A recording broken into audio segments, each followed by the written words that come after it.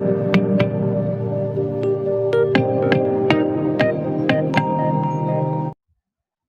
we'll be starting with the chapter of identifying the main point of the passage. Sure. This is our 5th class, right, in this lecture, and sure, we'll move forward. So generally there are three broadly, if we broadly classify the number of passages, the types of passages, there are 3 types of passages. The first one is persuasive passage, where the author likho mat abhi likho mat kritika, you don't have to write all these things, ठीक है, PPT मिलनी नहीं वाली है तुमको, ठीक है. So the very first type of passage is persuasive passage, where the author wants you to do something or not to do something. मतलब he'll be hell-bent on persuading you कि भाई ये करो या ये मत करो, ये अच्छा है, ये बुरा है, इसीलिए ये करना चाहिए, इसीलिए नहीं करना चाहिए, ठीक है. जैसे पैसेजेस आते हैं अभी कि बीजेपी को ये करना चाहिए, Sachin Pilot has not yet left Congress, he should do these things, he should do those things, ठीक है. तो ऐसे persuasive passages होते हैं, या खुद के लिए रीडर के लिए होते हैं, that which provide you with some moral information, फिर कहता है कि भाई आप ये चीजें करो, right? इस टाइप के passages. Second are critical passage, which we come across mostly. Critical passages are those which criticize negatively or critically analyze positively and argue a particular issue, ठीक है. जैसे हम बात करें इंडिया चाइना रिलेशंस की, ठीक है, तो आपने, अगर आप रेगुलरली न्यूज़पेपर्स पढ़ रहे हैं, तो you must have identified various editorials which generally criticise an issue, ठीक है. कल का इंडियन एक्सप्रेस पढ़ा था किसी ने? परसों का 14th पढ़ा था कोई? तो हाँ बोलो, कोई भी नहीं? अब तुम अखबार नहीं पढ़ रहे क्या? अच्छा, how many of you are reading newspapers frankly? No one? Nirad, Kritika, Akshay, switch on your video. Priyam, Dushyant. अच्छा, कौन सा न्यूज़पेपर पढ़ रहे हो? राजस्थान पत्रिका, दैनिक भास्कर, दैनिक जागरण, ये 3 नहीं? सर हाँ, इंडियन एक्सप्रेस. इंडियन एक्सप्रेस पढ़ रहे हो? कृतिका 14th का नहीं पढ़ा? हिंदू पढ़ रही हूँ. हिंदू. इंडियन एक्सप्रेस कौन पढ़ रहा है? नहीं पढ़ रहा. सर मैं पढ़ती हूँ इंडियन एक्सप्रेस. मैं मतलब सर मनीषा. अच्छा, मनीषा, तुम इंडियन एक्सप्रेस पढ़ रहे हो? अच्छा, 14th को एक आर्टिकल था which was talking about Modi going to Ladakh, ठीक है, और वहां जाके इंस्टेड ऑफ मतलब praising his army, he should have promised to uphold liberty, democracy, freedom, ये सब, ठीक है. तो the article was criticizing the move of Narendra Modi, ठीक है ना, इन लद्दाख, ठीक है. वो होता है क्रिटिकल पैसेज. वो अगर पढ़ते आप तो आपको सारी चीज समझ में आती. There was another article on granting bail to a political right activist, ठीक है, वो हम अभी आगे देखेंगे. Third type of passage is an informative passage, जो आपको सिर्फ इंफॉर्मेशन प्रोवाइड करता है, ठीक है, कि यहाँ पे ये ऐसा हो गया, यहाँ पे वो ऐसा हो गया, इस तरह से ऐसे चीज हुई है, तो इसलिए ये चीज हो रही है, राइट. जैसे there is an article on NDTV का website which provides you information about the ये गलवान इशू, ठीक है. उसमें सारी इंफॉर्मेशन है विद मैप कि ऐसे हुआ, फिर ऐसे हुआ, फिर ऐसे हुआ, फिर ऐसे हुआ. लास्ट में ओपिनियन है कि India can do this without harming its image and relations with China, ठीक है. तो these types of articles are informative where the author is just giving you some information, ठीक है. उसका कोई पर्पस नहीं है तुमसे कुछ करवाने का, उसका कोई पर्पस नहीं है तुम्हें कुछ परसुएड करने का, उसका कोई और पर्पस नहीं है. It is just to give you information, right? Understood? आगे बढ़े, चलो. Now how should you proceed with a passage, ठीक है. तो an author, whenever an author, देखो, whenever you are trying to solve a passage, keep one thing in mind, और ये लिख लो कहीं पे, इस चीज को हमेशा at the back of your mind रखना है आपको, ठीक है, कि whenever you are trying to read a passage, the author who is writing the passage is a renowned person, ठीक है ना, he is very literate, very educated and a renowned personality, therefore वो कुछ भी ऐसा नहीं लिखेगा which is irrelevant.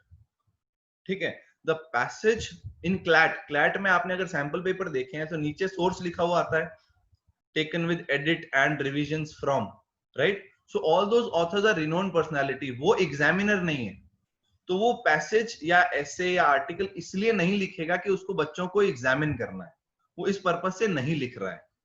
And this thing makes our task very simple. ठीक है, वो जो भी लिखेगा बिल्कुल रिलेवेंट लिखेगा।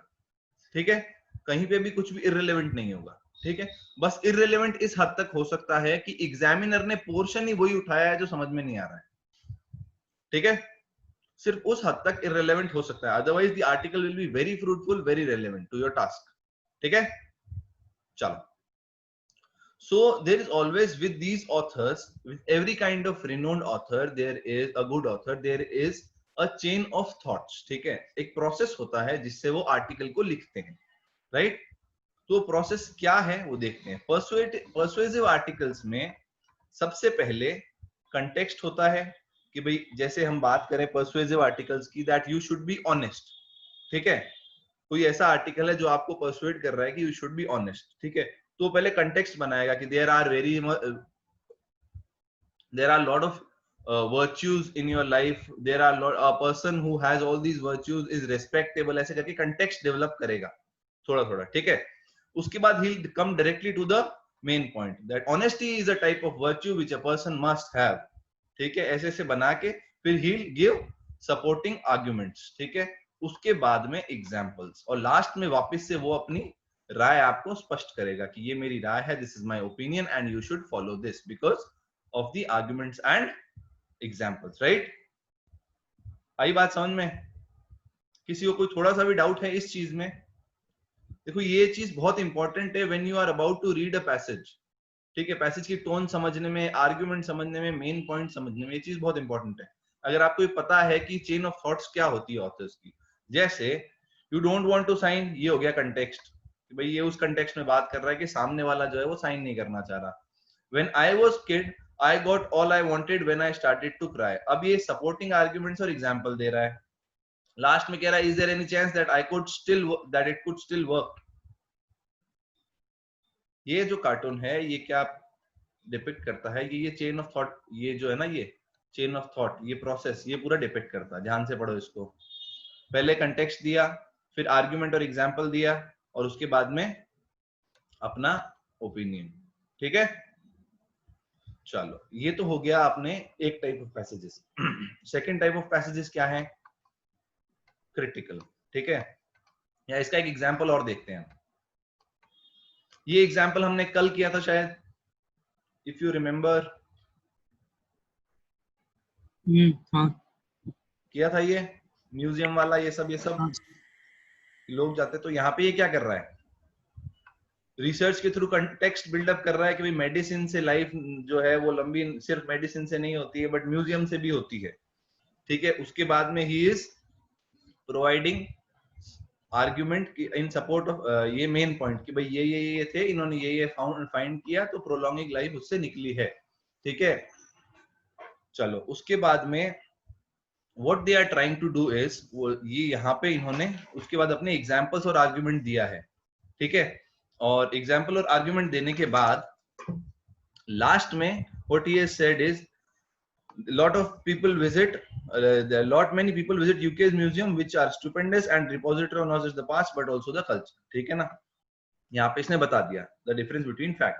तो ये एक persuasive argument है जिसका मेन थीम या मेन आइडिया किस अराउंड रिवॉल्व कर रहा है कि भाई म्यूजियम जाने से लाइफ जो है वो एक्सपेक्टेंसी बढ़ती है। Right, understood?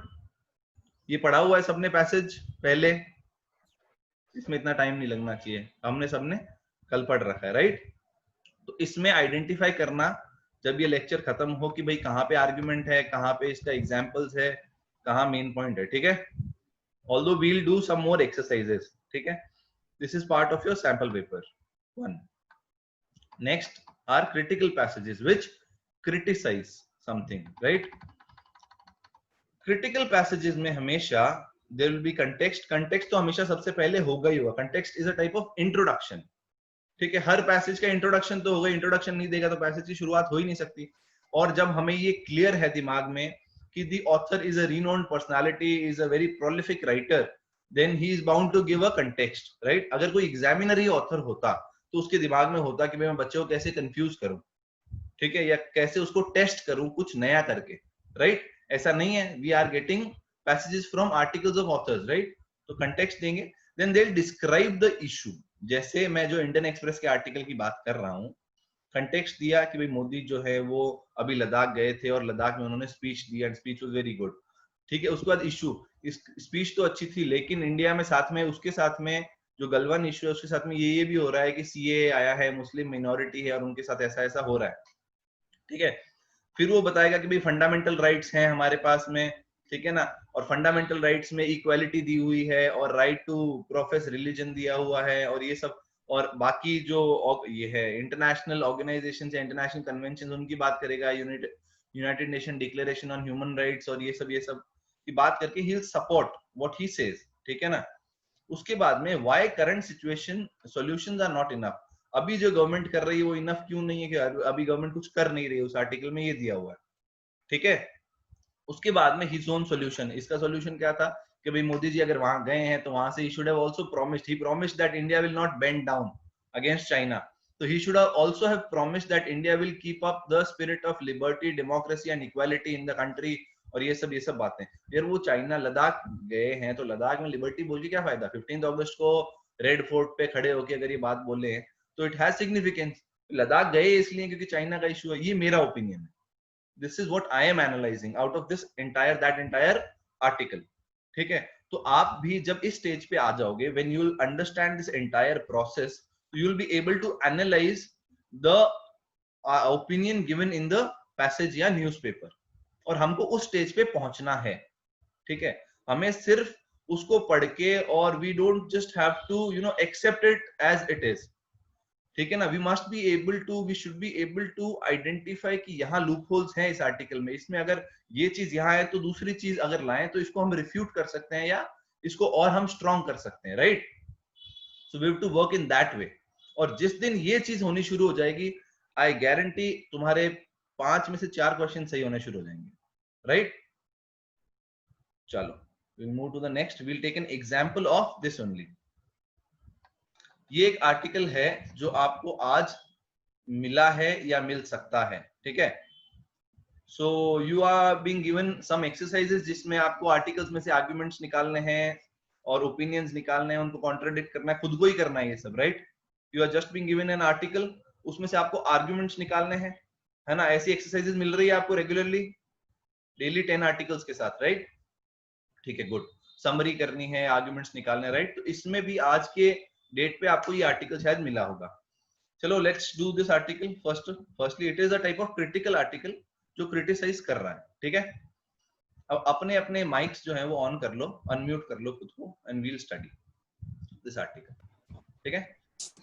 सबसे पहले क्रिटिकल आर्टिकल में क्या होता है, कंटेक्स्ट, ठीक है। अब इसमें कंटेक्स्ट कहाँ है, कहां से कहां तक है, विहान। चलो I give you 1.5 minute, 1 minute 30 seconds to read this, ठीक है। म्यूट करके रीड करो चलो इसको अपने आप ही, एंड आइडेंटिफाई दिस प्रोसेस। ये जो पूरा प्रोसेस है इसको एक बार लिखो, इस प्रोसेस को लिख लो एक बारी, and will identify this process in the passage.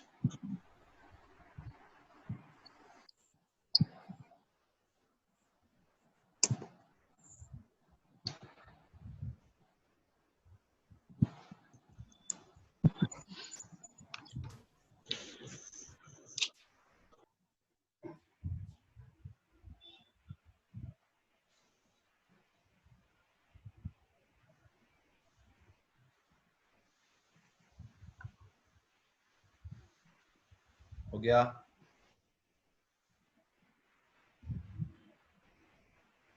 Done with it.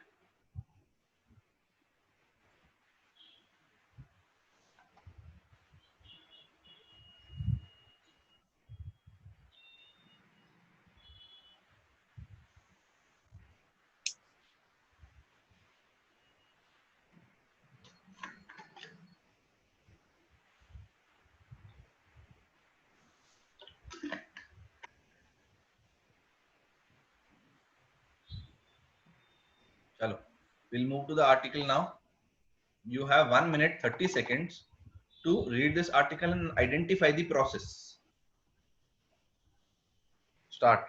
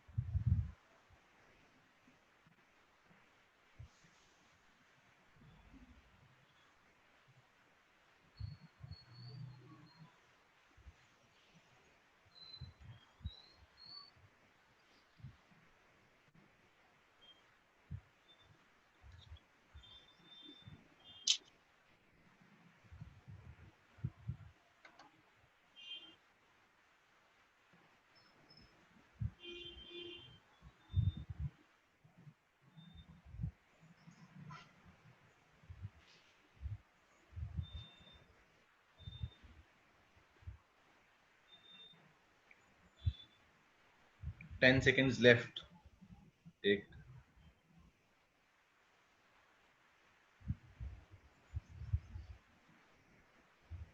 Time's up. हो गया. चलो. अच्छा, अब Akshay Bansal. Switch on your mic and video, please.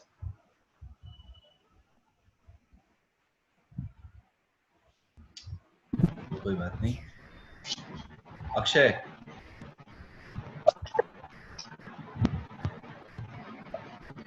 नहीं, किसने अनम्यूट किया? चलो, Neeraj, tell me what is the description, where is the description of the issue in the passage? Context तो पता चल गया क्या है कि भाई एक आदमी है, उसको जो है हॉस्पिटल शिफ्ट नहीं किया है, उसने एप्लीकेशन लगाई है, बेल हॉस्पिटल शिफ्ट नहीं किया, बीमार है, ठीक है. The description is usually in the last line of the first paragraph. हाँ, Majorly in last line of first paragraph. Confirmed that the family worries about deteriorating health and appeal to the center to urgently shift him to the hospital. And in the next paragraph, it is written that he is not allowed to get a bail.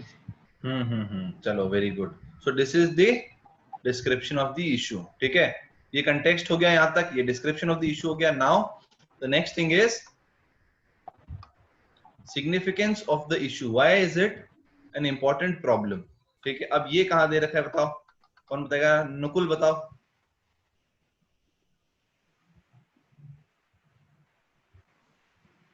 अब पढ़ने का time नहीं है, इतनी देर में solve करना है question.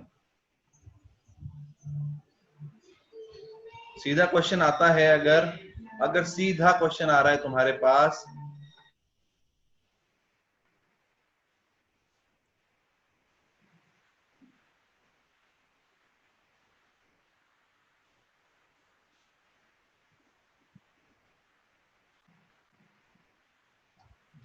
चलो कोई बात नहीं.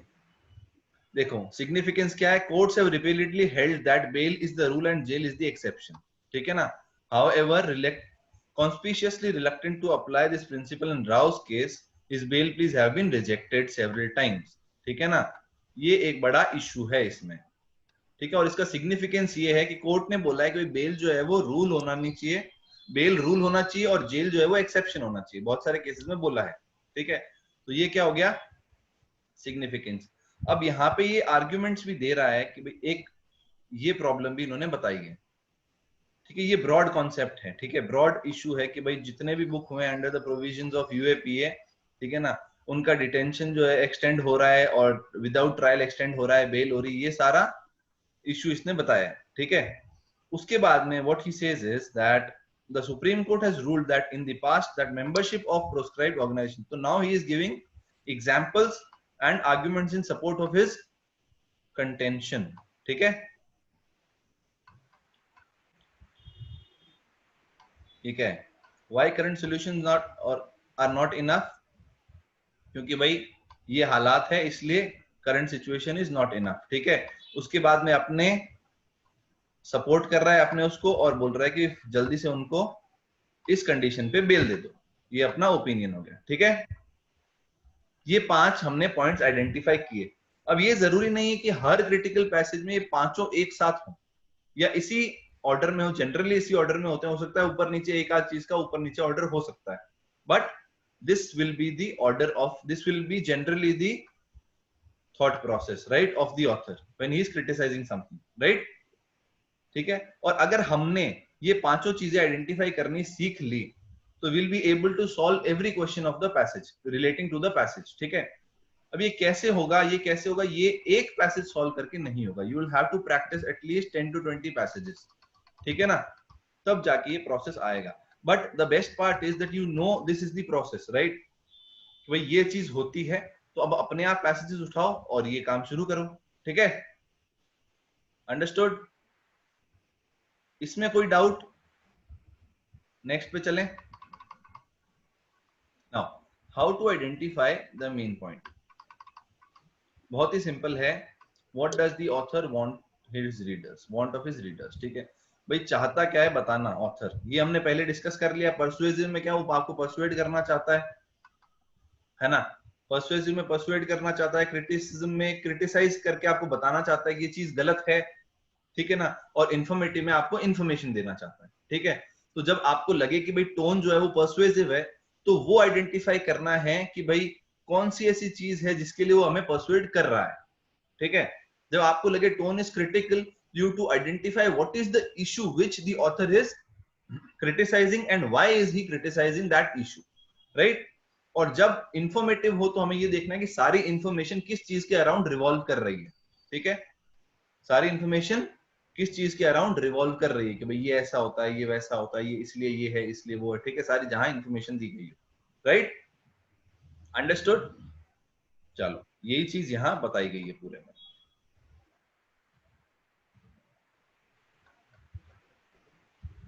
Process to identify, process क्या है, start with noting the main point of each paragraph. Now this is not very relevant with respect to your logical reasoning part, क्योंकि logical reasoning में 300 words का passage आता है आपके, ठीक है, maximum 300 words, ठीक है। उसमें passage paragraphs generally होते नहीं है, but this is very important with respect to your English section. Why? क्योंकि English में you'll have 450 words का paragraph, right, and every passage and every paragraph of that passage will have its own importance for the passage, ठीक है। तो क्या करना है हमें हर पैराग्राफ का मेन पॉइंट निकालना है, और एकदम एग्जैक्ट मेन पॉइंट नहीं होना चाहिए, ब्रॉड आउटलुक उसकी हर पैराग्राफ की निकालनी है, ठीक है। हर पैराग्राफ की ब्रॉड आउटलुक निकाल के उनके बीच में जो है वो कनेक्शन आइडेंटिफाई करना है, ठीक है ना, कि इन सब के बीच में क्या ऐसी चीज है जो कॉमन है और कनेक्शन एस्टेब्लिश कर रही है, ठीक है। मान लो 5 पैराग्राफ है, तो पांचों का अपना अपना क्या मेन पॉइंट है, और ऐसा कौन सा एक सिंगल थ्रेड है जो उस मेन पॉइंट को कनेक्ट कर रहा है, right. Now search for the direction in which authors arguments are going. फिर हमें ये देखना है कि भाई उन पांचों जो पैराग्राफ हमने पढ़े हैं उसमें ऑथर किस तरफ हमें लेके जा रहा है। हो सकता है 2 पैराग्राफ में अलग तरफ लेके जा रहा हो, बाकी 3 में एक दूसरी तरफ लेके जा रहा हो, ठीक है। और ये भी हो सकता है कि पांचों में एक ही साइड लेके जा रहा हो, लेकिन जनरली ऐसा नहीं होगा कि पांचों में अलग अलग तरफ ही लेके जा रहा हो, क्योंकि अगर ऐसा होता है that if the author is taking you in different direction in every paragraph, then that paragraph will not have any main point, ठीक है, ये चीज नोट कर लो। if the author in every paragraph is taking you to different points, then there will be different directions, then there will be no main point of the passage.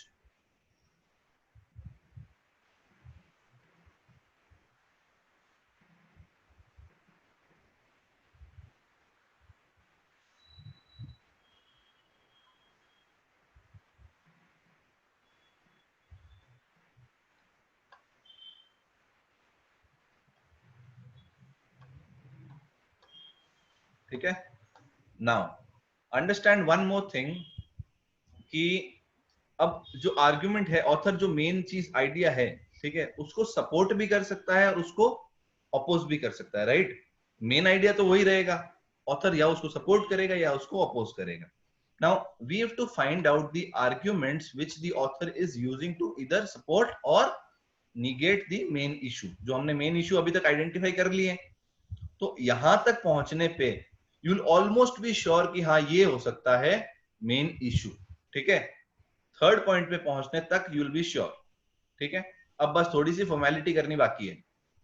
Okay, so find examples which the author quotes in support of the arguments. अब हमें देखना example किस तरफ लेके जा रहे हैं हम, क्योंकि एग्जाम्पल का भी बहुत ज्यादा इंपॉर्टेंस होता है. ठीक है ना, तो ऑथर उस सपोर्ट में दे रहा है कि निगेट कर रहा है, और किस पॉइंट के सपोर्ट में. जैसे 4-5 पैराग्राफ है, राइट, पांचों पैराग्राफ में से कौन सा ऐसा पैराग्राफ है जिसके सपोर्ट में ही सारे एग्जाम्पल्स जा रहे हैं. ठीक है, या कौन सा ऐसा इश्यू है. And the next is the ending and extract of all the main points of the passage. अगर एंडिंग सारे मेन पॉइंट्स का एक्सट्रैक्ट है तो वही आपका मेन पॉइंट होगा पैसेज. ठीक है, अगर वो वी फॉर्म में अगर एक्सट्रैक्ट होके सीधा उस पॉइंट पे पहुंच रहा है जहां पे सबका एक मिक्सचर बन रहा है, तो वो आपका मेन पॉइंट होता है. राइट, चलो अब एज यूजुअल हमेशा की तरह we'll see some tips and tricks. ठीक है, the main idea should be connected to all points of the passage, be it the context, argument, examples. ठीक है, the main idea is the driving force. ये main idea क्या होता है? Driving force होता है. क्यों? क्योंकि हर चीज में अगर वो मेन नहीं है तो हर पैराग्राफ में ऑथर उससे रिलेटेड कुछ ना कुछ बात नहीं बोलेगा, है ना. मेन आइडिया है तो ऑलमोस्ट मेजॉरिटी ऑफ पैराग्राफ में ऑथर उसी से बात करेगा. जैसे हमने संडे को, लास्ट संडे लोगों के डाउट्स लिए थे, तो उनको मेन आइडिया में प्रॉब्लम थी या टाइटल में. तो जनरली मेन आइडिया, देखो this is a very broad, very very broad suggestion, लेकिन इसको ना ये 100% अप्लाई नहीं होता है. लेकिन अगर पैसेज आपका, ठीक है, 450 वर्ड्स का है, ठीक है ना, तो 250 वर्ड्स अगर जिस चीज की बात कर रहे हैं वो आपका मेन आइडिया होगा, उसी में से आपका मेन आइडिया निकलेगा. ठीक है, although this is a very broad thing, CLAT के पर्सपेक्टिव में सिर्फ कि 450 वर्ड्स में से 250 वर्ड्स जिस चीज की बात कर रहे हैं वो आपका मेन आइडिया होगा. ठीक है, गॉट इट? सभी को समझ आया? चलो just nod your head guys, इतनी तो मेहनत कर सकते हो तुम लोग. हाँ, चलो second point is options addressing only a part of a passage are inappropriate options. अब हम देखेंगे इनएप्रोप्रिएट कौन से होते हैं. इतनी देर हमने देखा कि भाई मेन आइडिया में एप्रोप्रिएट ऑप्शंस कौन कौन से हो सकते हैं. इनएप्रोप्रिएट पहला कौन सा है? Addressing only a part of the passage. ठीक है, कोई भी ऐसा ऑप्शन. अब हम क्या है कि देखो, एक टेक्निक होती है आप जब पैसेज पढ़ के और मेन आइडिया निकालते हो अपने आप.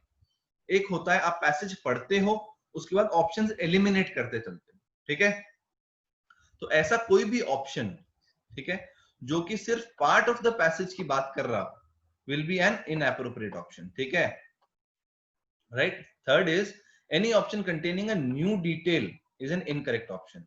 जैसे आपको, जैसे मोदी वाला हमने आर्टिकल की बात की, ठीक है, अब नई डिटेल ले आया कि यूएसए में भी जो है वो ब्लैक्स हैं और ब्लैक्स के साथ ऐसा ऐसा हुआ है, तो ये मेन थीम इनइक्वालिटी है इस पैसेज का. तो ये बिल्कुल भी नया, बिल्कुल ही नया एक टॉपिक लेके आया, नई इंफॉर्मेशन लेके आया, तो ये मेन थीम नहीं हो सकता. ठीक है, चलो. The centre idea of passage is the summary of the passage and not an inference derived from it. ठीक है, इन्फरेंस क्या होता है कि भाई अगर हम बात करें कि जैसे हमने अभी बात करी उस पैसेज की, आर्टिकल की, इंडियन एक्सप्रेस के, ठीक है, बेल वाले आर्टिकल की. ठीक है, तो इसकी समरी क्या है कि भाई एक आदमी है जिसको बेल नहीं मिल रही है because he is a human rights activist. ठीक है, और इसलिए उसको बेल लिंगर ऑन कर रहे हैं, राइट. लेकिन इन्फ्रेंस क्या निकलता है उस, अगर हम आर्टिकल को पढ़ते हैं तो इन्फ्रेंस ये निकलता है कि गवर्नमेंट जो है ह्यूमन राइट एक्टिविस्ट के अगेंस्ट है. ये इन्फ्रेंस निकलता है उससे, या हम कंक्लूड यही करते हैं कि ह्यूमन राइट एक्टिविस्ट के अगेंस्ट है सारा सिस्टम, और इसीलिए उनको जो है वो परेशानियां, आगे आगे प्रॉब्लम्स क्रिएट कर रहे हैं उनके लिए. ठीक है, तो there is a difference between main point and inference. Understood? कोई डाउट इसमें किसी को भी? चलो next point. An option giving too many details from the passage without coming to the point is generally incorrect. ये क्यों इनकरेक्ट होता है गिविंग टू मेनी डिटेल्स? क्योंकि बहुत सारी डिटेल्स आपको मेन पॉइंट नहीं बताती है, डिटेल्स आपको मेन पॉइंट को सपोर्ट करती है ना.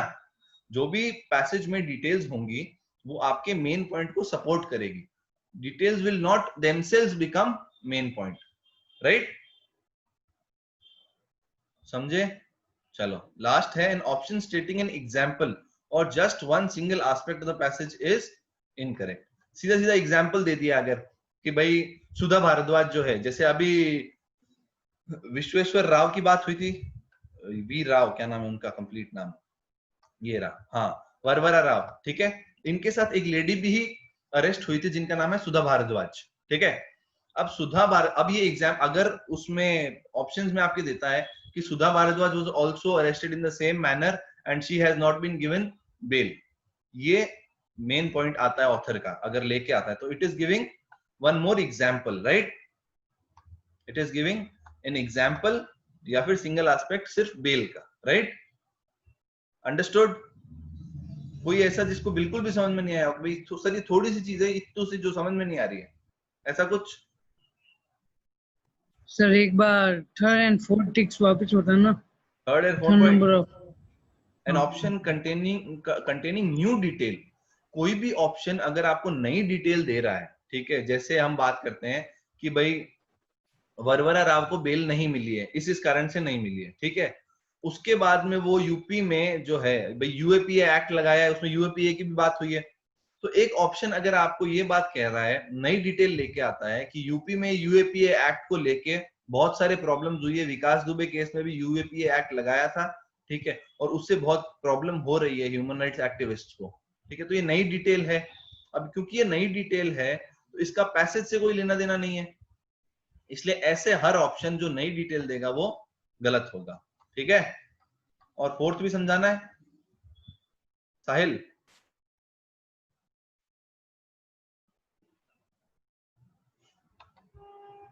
फोर्थ पॉइंट आ गया समझ में? ये वापस समझाऊं? आ गया? चलो वापस समझाऊं? चलो ठीक है. देखो, there is a difference between central idea and inference. ठीक है, इन्फरेंस क्या होता है, जब हम वी बनाते हैं ना, वी, ठीक है, तो वी की जो नीचे की टिप जो होती है दैट इज इन्फरेंस या कंक्लूजन, कि भाई हम सारी बात पढ़ के और एक पॉइंट पे पहुंच गए.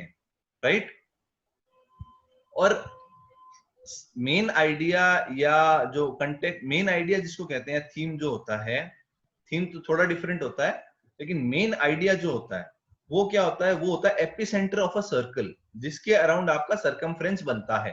ठीक है, एक सर्कल है, उसका एपिसेंटर जो होगा ना वो होगा मेन आइडिया. ठीक है, जैसे ये आपका सारा पैसेज है वो किसके अराउंड रिवॉल्व कर रहा है कि भाई एक आदमी है, उसको बेल नहीं दी है क्योंकि वो ह्यूमन राइट एक्टिविस्ट है और गवर्नमेंट जो है वो ह्यूमन राइट एक्टिविस्ट को प्रॉब्लम क्रिएट कर रही है उनके लिए. राइट, इस अराउंड सारा इसके अराउंड रिवॉल्व कर रहा है. इन्फ्लुएंस क्या लेते हैं हम? इन्फ्लुएंस ये लेते हैं कि भाई जो है ह्यूमन राइट एक्टिविस्ट को परेशानी आ रही है, ठीक है ना, despite Supreme Court giving various judgments on human rights and all those things, bails and all. ठीक है, ये हमारा इन्फ्लुएंस हो जाता है. अंडरस्टूड? तो जो भी आपको जो ऑप्शन है वो इन्फ्लुएंस बताएगा ना, तो वो ऑप्शन गलत होगा. ठीक है, राइट? चलो, now we'll do some examples. ठीक है, कुछ हम क्वेश्चंस करते हैं. ठीक है, एक सेकेंड. क्वेश्चन करने से पहले आप सबको ये चीजें समझ में आ गई? we'll take this example from CLAT sample paper 1. you have 1 minute 10 seconds. चलो अब जल्दी करो अब की बार इसको. चलो 30 seconds given, 1 minute 30 seconds, जल्दी से करो इसको. And I will ask the reasons. ठीक है ना, किया सबने होगा, सैंपल पेपर हम सबने सॉल्व कर लिया होगा अभी तक, आई अज्यूम. ठीक है, but you will have to provide me with reasons.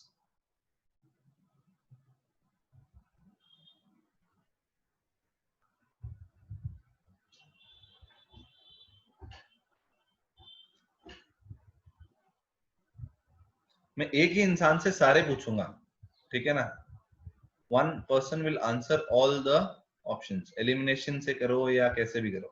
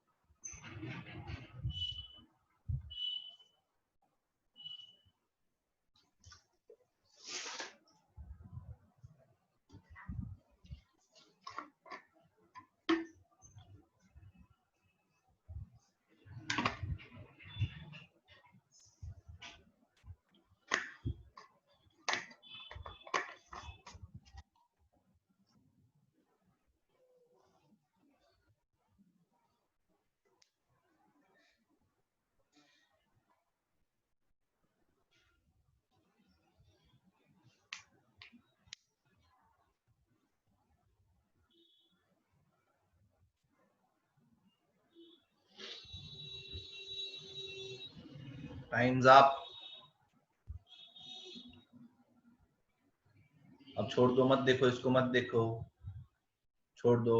Look into your cameras. So can anyone explain me the passage? कौन करेगा? Dushyant, explain this thing, this paragraph.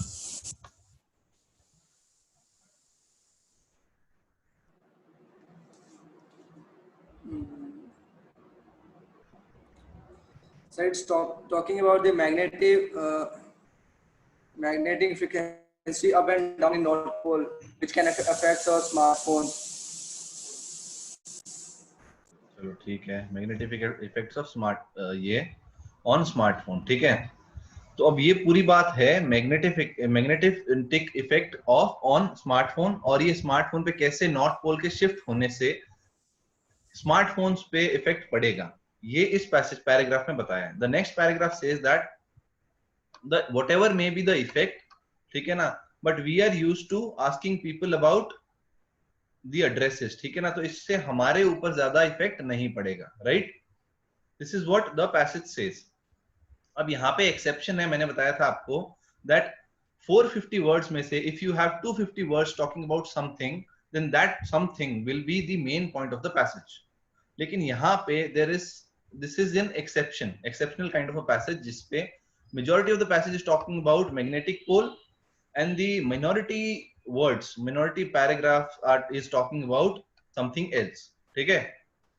तो अब हम देखते हैं आंसर्स में how many of you marked A as the option? So A option is not correct because it is just giving up a fact कि smartphones rely on magnetic sensors। देखो ये भी तो एक चीज है, जो सेकंड पैसेज है, that is also a thing which has to be considered, ठीक है ना। Learning to navigate by memory and more importantly asking for directions may not be a terrible development, ठीक है ना। We are still asking for we can ask for directions, ठीक है। Now why is C option not correct? The answer is B, ठीक है ना। The correct answer is B. I'll explain why.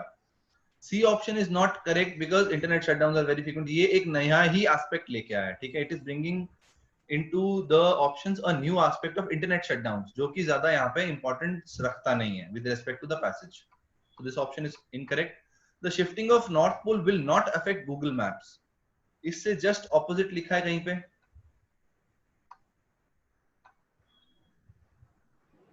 इस line में ये ऑप्शंस का उल्टा लिखा है, इस ऑप्शन से जस्ट ऑपोजिट लिखा है, therefore this is also not a relevant option. The relevant option is now option B, which says that shifting of North Pole may not be a bad thing since asking for directions is an important skill in India, right? ये shifting of North Pole के negative aspects की बात करता है paragraph, ठीक है। But this smaller paragraph negates everything talked in the above paragraph, right? And hence it becomes a paragraph of importance for us, ठीक है। Understood? चलो। Sir, in option D, it is written the shifting of the North Pole will not affect Google Maps too much. And in the paragraph, it is written Google Maps rely largely on satellite imaging, which is mostly unaffected by this shut. But this is just a statement. क्या ये पूरा paragraph इसके around revolve कर रहा है, Google maps और उससे affect होना या नहीं होना? नहीं रिवॉल्व कर रहा है, which means this is just a statement which has been copied in the option, ठीक है। ये पूरा पैसेज तो इसके अराउंड रिवॉल्व नहीं कर रहा है ना, इस चीज के अराउंड, राइट? अंडरस्टूड? तो इसीलिए ये ऑप्शन नहीं होगा, ठीक है। नाउ अंडरस्टूड एंटायरली, ठीक है। अब एक और क्वेश्चन है which you have to solve on your own, ठीक है। इसका आप इसको सॉल्व करके and you will send the answer to the number, ठीक है ना, जिससे आपको ये पीडीएफ मिलेगी उसके बाद, ठीक है। ओके, आंसर विद एक्सप्लेनेशन कि ए ऑप्शन क्यों नहीं है, बी ऑप्शन क्यों नहीं है, सी ऑप्शन क्यों नहीं है, डी ऑप्शन क्यों नहीं है, जो भी है, ठीक है ना। Why the option which you are eliminating is incorrect and why the option which you are accepting is correct, ठीक है। Okay, and in the same manner जो आपको आज 5 आर्टिकल बाद में मिलेंगे, you will identify the argument, the entire process, किस type का वो आर्टिकल है, क्रिटिकल है या पर्सुएसिव है, and the entire chain of process which we have discussed. ठीक है? चलो, we'll end this class here only, and tomorrow's class we'll study some more important points, ठीक है, which are relevant for your passage. Okay? चलो, thank you very much guys.